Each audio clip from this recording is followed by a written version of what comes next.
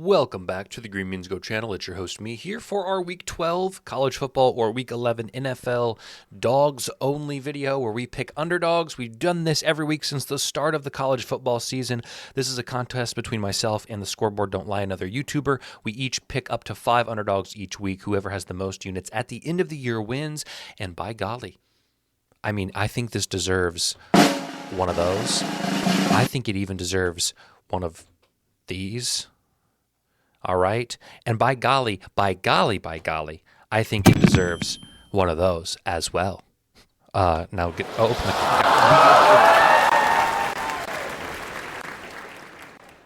I've peaked. Okay, I'm speechless.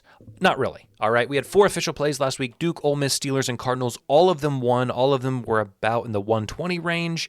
But even so, my short list picks all won. The Panthers beat the Giants, and Coastal Carolina beat App State. So this was a pretty big upset. I know I didn't play it officially. Kind of stinks, but this was like 210 or something, which brings our total on the year to 19 and 20, up almost 6 units. This is our best video of the week. If you take our Monday promo picks, although that's gone pretty well too, our Wednesday full NFL slate, our Thursday touchdowns, or this is the video that I perform the best on, and it's the least viewed video every week.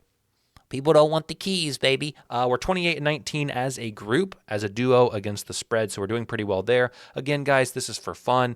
If you do not like taking money lines of underdogs because it's too risky, take the spread. We've proven that we can win long-term. Long-term is debatable. We've proven that we can win over the course of 12 weeks taking the spread.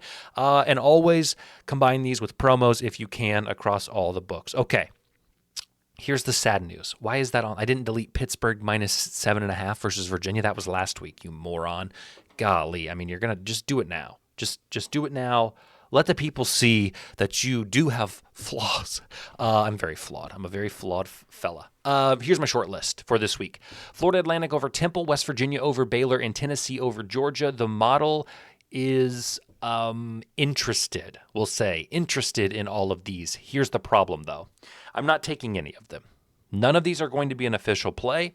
If you want to play them, by all means, I am not confident enough in them to track them as an official play. So here are just a few numbers from my model, okay? The team on the left is the road team. The team on the right is the home team.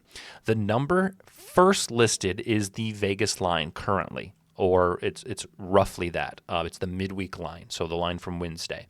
The number over here is what the model, using all the calculations that I put in, says should be the fair line. So if it's a negative, that means the away team is favored. If it's positive, that means the home team is favored. So in this instance, Baylor is 2.5-point favorite right now against West Virginia. The model says West Virginia should be an underdog by 0.5, or Baylor should be a 0.4 favorite. Not enough for me to make an official play.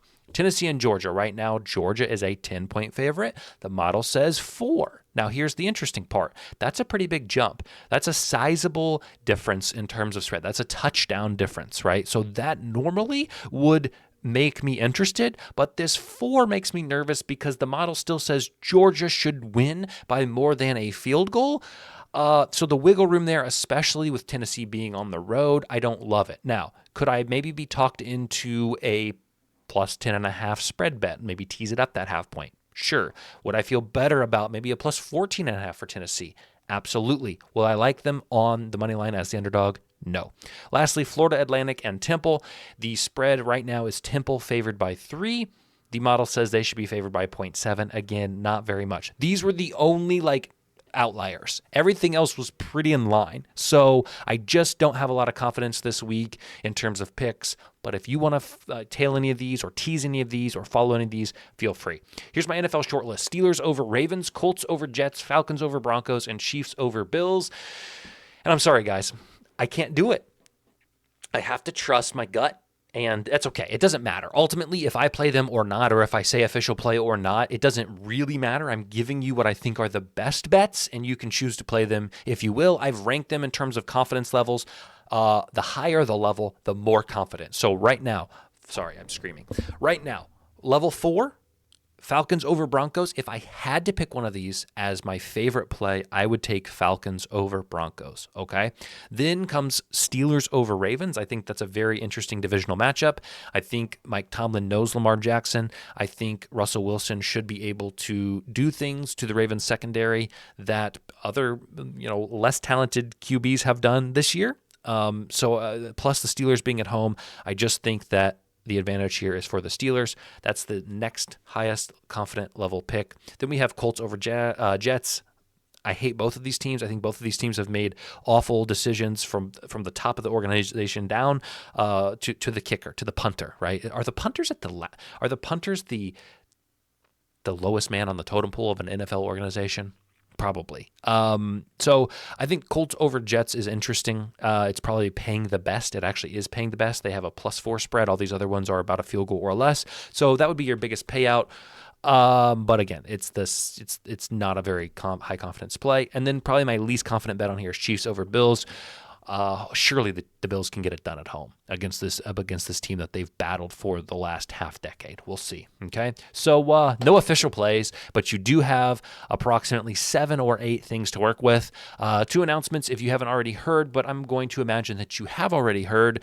I started a new channel that is not sports related. It's just going to be a mixed bag, a grab bag, a piñata that you swing at, and you don't know what kind of candy is falling out. Maybe it's not even candy. Maybe it's a package of chicken of the sea, tuna, and you're like, why is that in a piñata? I don't know. I mean, who's stuffing these piñatas, right? Anything goes on the Red Means No channel, so check that out if you like me, but you like me beyond sports content. And I know that's not for everybody, so that's fine. Otherwise, if you want to get a shirt that supports me and is pretty cool for the holidays, we have the GMG, not the gumdrop buttons, gingerbread shirt.